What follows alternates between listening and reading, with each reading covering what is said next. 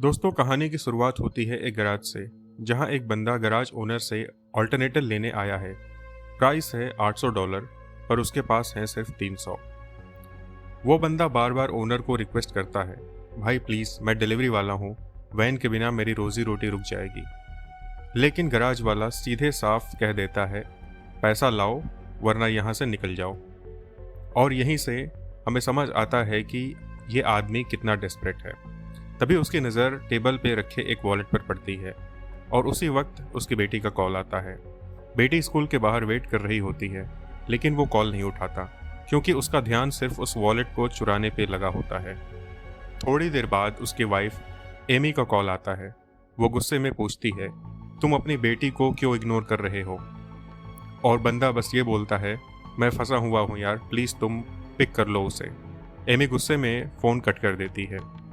इस बीच वो आदमी मौका देख के वॉलेट चुरा लेता है और उसमें $200 निकलते हैं। उस पैसे से कुछ खाना खरीदता है और फिर घर की तरफ निकल पड़ता है। रास्ते भर उसके दिमाग में एक ही बात घूमती है, और पैसे कहाँ से आएंगे? वो चोरी के मौके ढूंढता है, लेकिन किस्मत साथ नहीं देती। जब वो घर पहुंचता है, उसकी बेटी स्कूल से आ चुकी होती है। दोनों थोड़ी देर बात करते हैं और फिर वापस निकल जाता है। इस बार उसका रास्ता ले आता है एक पार्किंग लॉट में, और यहाँ उसकी नज़र पड़ती है एक ब्लैक एसयूवी पे, एकदम लग्जरी कार। वो सोचता है बस इसमें कुछ वैल्यूएबल मिल जाए, उसे बेच दूंगा। दरवाज़ा ट्राई करता है और शौक होता है देख के कि कार अनलॉक्ड है। वो तुरंत अंदर घुस जाता है। उसका इंटेंशन गाड़ी चुराना नहीं था, सिर्फ कुछ सामान ढूंढना था जो पैसों के काम आ सके। कार खंगालता है और बस एक चश्मा मिलता है। वो सोचता है चलो अब निकलता हूँ, लेकिन दोस्तों यहाँ से कहानी उलट जाती है। जैसे ही वो डोर खोलता है, दरवाज़ा लॉक हो चुका होता है। वो हर डोर ट्राई करता है पर सब बंद। शीशा तोड़ने की कोशिश करता है, पहले हाथ से फिर पाँव से, पर कुछ नहीं होता। तब उसे समझ में आता है ये कार बुलेट प्रूफ है, और सिर्फ बुलेट प्रूफ नहीं, साउंड प्रूफ भी है। मतलब बाहर से कोई उसकी चीख भी नहीं सुन सकता। और आइसिंग ऑन द केक, अंदर नेटवर्क जैमर्स लगे हैं, मतलब कॉल भी नहीं आ रहा। वो पूरा पैनिक में आ जाता है, अब तो मैं फंस गया। तभी एक सीन आता है जहां एक लड़की आती है, अपनी कार पार्क करती है और उसी एसयूवी के पास खड़ी होके अपना मेकअप ठीक करती है। और बंदा शॉक हो जाता है क्योंकि उसे रियलाइज़ होता है कोई भी उसे देख नहीं सकता। फ्रस्ट्रेटेड होके वो गालियां देने लगता है, और तभी कार के स्क्रीन पर एक कॉल आता है। पहले कॉल इग्नोर करता है, लेकिन कॉल बार बार आता रहता है। फाइनली मजबूरी में वो कॉल उठाता है और सामने से आवाज़ आती है, मैं विलियम बोल रहा हूँ, क्या तुम मुझे सुन रहे हो? अब दोस्तों, कार के अंदर अटका हुआ बंदा बिल्कुल फ्रस्ट्रेटेड हो चुका है। वो ज़ोर ज़ोर से गालियाँ देने लगता है, कमीने मुझे बाहर निकालो, तुम हो कौन, क्या चाहते हो मुझसे? और फिर वो बार बार कार के डोर को तोड़ने की कोशिश करता है। तभी स्क्रीन पे विलियम की आवाज़ आती है, ये 7वीं बार है कोई ना कोई मेरी कार में घुस जाता है। तुम्हें शक नहीं हुआ कि इतनी महंगी एसयूवी का दरवाज़ा खुला क्यों था? अब चोर और भी गुस्से में आ जाता है, गालियां देने लगता है विलियम को, और अचानक से उसे एक करंट का झटका लगता है। वो चीख के बोलता है, साले तूने सीट में टेज़र लगा रखा है। ये झटका उसे और भी पागल कर देता है, और इस बार वो अपनी गन निकालता है, सीधा कार के शीशे पे गोली चला देता है। लेकिन बुलेट शीशे से टकरा के वापस उसी पर आ जाती है और वो खुद की गोली से घायल हो जाता है। खून बहने लगता है। वो चिल्लाता है, प्लीज़ एम्बुलेंस बुलाओ, मैं मर जाऊंगा। लेकिन विलियम शांति से बोलता है, रिलैक्स, मैं एक डॉक्टर हूँ। और धीरे धीरे वो आदमी बेहोश हो जाता है। थोड़ी देर बाद जब उसकी आँख खुलती है तो बाहर अंधेरा हो चुका होता है, बारिश भी हो रही होती है। वो अपना घाव देखता है और शॉक हो जाता है कि उस पे प्रॉपर ड्रेसिंग बंधी हुई है। और दोस्तों, यहाँ आपके दिमाग में एक सवाल जरूर आया होगा, विलियम को इतनी डिटेल्स कैसे पता चल रही थी कि गाड़ी के अंदर क्या हो रहा है? जवाब सिंपल है, विलियम ने अपनी कार को कम्प्लीटली मॉडिफाई किया था। इसके अंदर हिडन कैमरास लगे थे, सेंसर्स थे, टेजर सीट थी, और पूरा सिस्टम उसके कंट्रोल में था। अब दोस्तों, थोड़ी देर बाद चोर को बहुत ज़्यादा भूख लगती है। पानी भी ख़त्म हो गया होता है और साथ ही उसकी पेशेंस भी। वो फिर से विलियम को गालियां देने लगता है, जोर जोर से चिल्लाने लगता है, कमीने निकालो मुझे यहाँ से। पर विलियम को गाली पसंद नहीं आती और इस बार विलियम गुस्से में आकर 2-3 बार करंट के झटके दे देता है। लेकिन फिर भी चोर चुप नहीं होता, गालियां देता ही रहता है। अब विलियम के सब्र का बांध टूट जाता है। वो कॉल डिस्कनेक्ट करता है और कार के एसी को फुल ब्लास्ट कर देता है। साथ ही स्पीकर्स से भी फुल वॉल्यूम में म्यूजिक बजने लगता है। कार के अंदर माहौल इतना खतरनाक हो जाता है कि चोर बिल्कुल पागल हो जाता है। वो अपने कान बंद करता है, चीखता है, मारपीट करता है और आखिर में मजबूर होकर चिल्लाता है, बस करो प्लीज़ विलियम, सॉरी, ऐसा दोबारा नहीं करूँगा। तब विलियम फिर से कामली कॉल कनेक्ट करता है और शुरू करता है अपनी लाइफ स्टोरी सुनाना। वो कहने लगता है, मैं तुम्हें बताता हूँ अपने पास्ट के बारे में। पर चोर तुरंत टोकता है, मुझे तुम्हारी लाइफ की हिस्ट्री में कोई इंटरेस्ट नहीं है, मुझे बस यहाँ से निकलना है। लेकिन यही सबसे बड़ी बात है दोस्तों, इस चोर को अभी भी नहीं समझ आया था कि वो पूरी तरह से विलियम के कंट्रोल में है। दोस्तों, अब ये कहानी ले लेती है एक इंटरेस्टिंग मोड़। एडी भूख और प्यास से पागल हो चुका था। कार के अंदर ही थक के सो जाता है। सुबह होती है और जैसे ही उसकी आंख खुलती है, स्क्रीन पे विलियम का कॉल आता है। विलियम कामली बोलता है, तुम देखने में बिल्कुल अच्छे नहीं लग रहे हो क्योंकि तुम स्टारवेशन के पहले स्टेज में हो। इतना कह के वो कॉल कट कर देता है और कार का हीटर फुल ब्लास्ट कर देता है। अब एडी भूख, प्यास और गर्मी तीनों से बिल्कुल पागल हो जाता है। उसे इतनी प्यास लगती है कि वो सोचता है कि बोतल में अपना यूरिन कलेक्ट करके पी ले। वो 2-3 बार ट्राई करता है पर हिम्मत नहीं कर पाता। तभी फिर से विलियम का कॉल आता है। विलियम एक क्रीपी टोन में बोलता है, मुझे लगता था तुम ये कर लोगे। एडी अब रूप बदल लेता है। वो विलियम से बोलता है, हाँ मैंने गलत किया, पर मैं पुलिस के सामने कॉन्फेस कर दूंगा। लेकिन विलियम तुरंत कहता है, नहीं, पुलिस के पास मत जाओ क्योंकि जस्टिस सिस्टम रिग्ड है। अब दोनों के बीच जस्टिस को लेकर हीटेड डिबेट चलती है। एडी चिल्लाता है, मैं सिर्फ छोटी मोटी चोरी करता हूँ, मैंने कभी किसी का मर्डर नहीं किया। पर विलियम उसे फिलोसॉफिकल टोन में समझाता है और आखिर में कहता है, अगर तुम मुझे अपना सोशल सिक्योरिटी नंबर दोगे तो मैं तुम्हें जाने दूंगा, लेकिन एक शर्त है, अगर तुम रिपीटेड ऑफेंडर निकले तो तुम्हें अपनी 4 उंगलियां काटकर मुझे देनी होंगी। एडी मजबूरी में मान जाता है और अपना नाम बताता है, एडी बारिस। बातचीत के दौरान विलियम अपना एक डार्क सीक्रेट रिवील करता है, मुझे प्रोस्टेट कैंसर है और मैं 4 महीने में मरने वाला हूँ। इतना कह के विलियम कॉल कट कर देता है। इधर एडी अपनी जैकेट की पॉकेट चेक करता है और उसे कुछ लॉटरी के टिकट्स मिलते हैं। वो एक स्क्रैच करता है और शॉक हो जाता है, $500 जीत गया।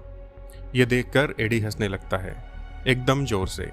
उसकी हंसी सुनकर विलियम फिर से कॉल करता है और पूछता है, तुम हंसते क्यों हो एडी? एडी जवाब देता है, मैं $500 जीत गया। ये टिकट्स हमेशा से मेरे पास थे, मुझे सिर्फ इतने ही पैसे चाहिए थे अपनी वैन को ठीक कराने के लिए। अब मुझे घर जाना है।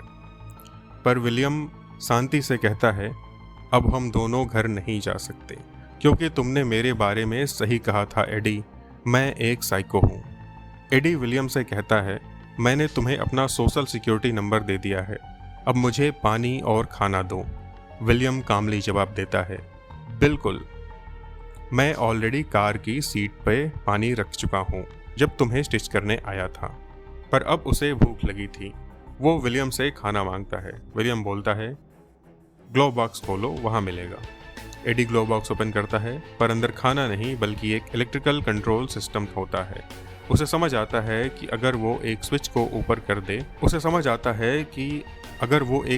ऊपर कर दे तो कार का कंट्रोल विलियम के पास से चला जाएगा।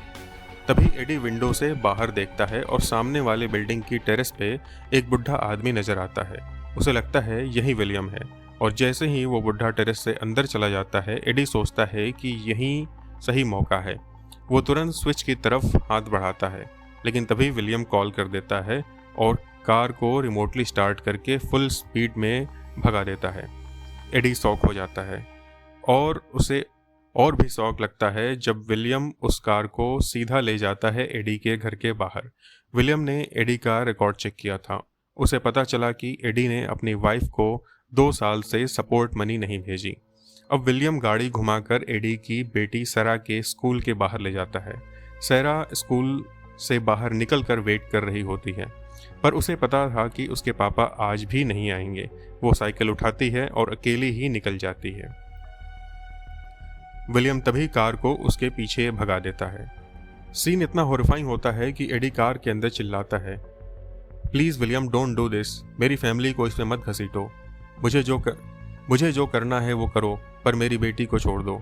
लेकिन विलियम कहता है, तुम गुनहगार हो एडी, तुम्हें बाप बनने का हक नहीं है। कार के अंदर एडी बेबस हो जाता है। उसकी 5 साल की बेटी सेरा साइकिल पे भाग रही होती है और विलियम उसके पीछे कार दौड़ा रहा होता है। सेरा घबरा जाती है, भागते भागते गिर जाती है। विलियम कार का एक्सीलरेटर और तेज कर देता है। एडी चीखने लगता है, बस स्टॉप प्लीज़। और एक डेस्परेट मोमेंट में एडी अपनी गन निकालकर अपने ही सर पे रख लेता है।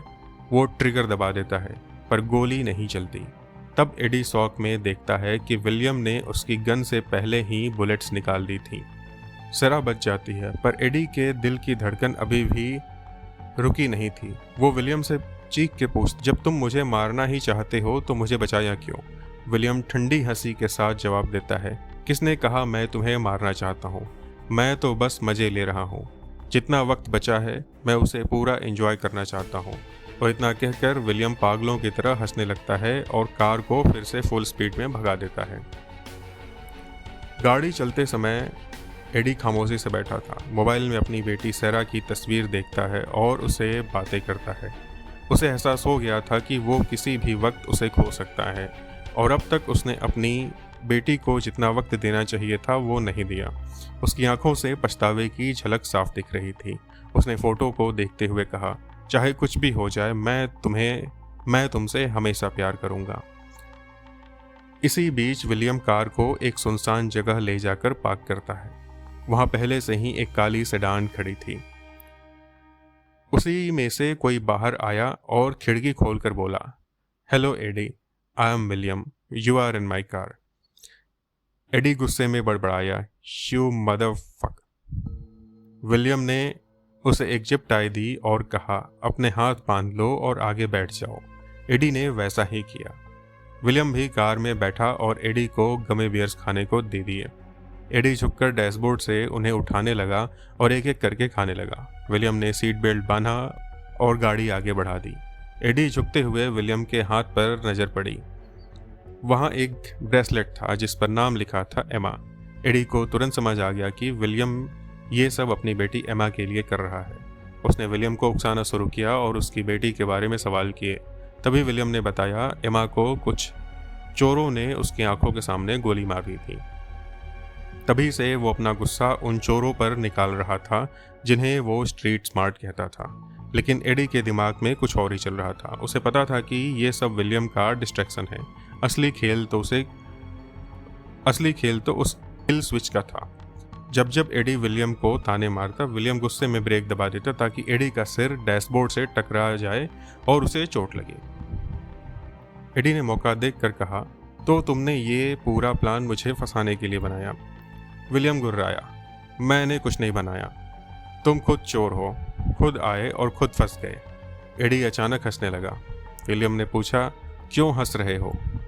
क्या? एडी ने पैरों से नीचे बटन दबाया। अचानक पूरी कार का सिस्टम बंद हो गया और गाड़ी तेजी से जाकर खाई में गिर गई। गिरते ही विलियम के हाथ में पकड़ी पिस्तौल चल गई। गोली कार के शीशे से टकराकर पलटी और सीधी विलियम के पीठ में जा घसी। वहीं उसकी मौत हो गई। इसी बीच एडी का फ़ोन बजता है। सेरा थी। डैडी, क्या आप मुझे 2:15 पर लेने आओगे? एडी ने गहरी सांस ली और कहा, हाँ ज़रूर। कॉल काटते ही एडी ने देखा कि कार में आग लगने शुरू हो चुकी थी। पिछली खिड़की गोली लगने से कमज़ोर हो गई थी। पीछे के कंपार्टमेंट में उसे एक हैमर मिला जिसकी मदद से उसने कांच तोड़ा और बाहर निकल आया। वो लड़खड़ाता हुआ रोड तक पहुंचा जहां से एक पिकअप ट्रक वाले ने उसे लिफ्ट दे दी। एडी सीधा गैराज पहुंचा अपनी वैन लेने। लेकिन मैकेनिक ने कहा वैन तैयार होने में वक्त लगेगा और घड़ी में पहले से 2:05 बज चुके थे। एडी ने पूछा, अगर मैं वैन बेच दूं तो कितने मिलेंगे? उसने बिना सोचे अपनी वैन बेच दी और सीधा अपनी बेटी के पास पहुंच गया। तो दोस्तों, ये थी एडी की कहानी।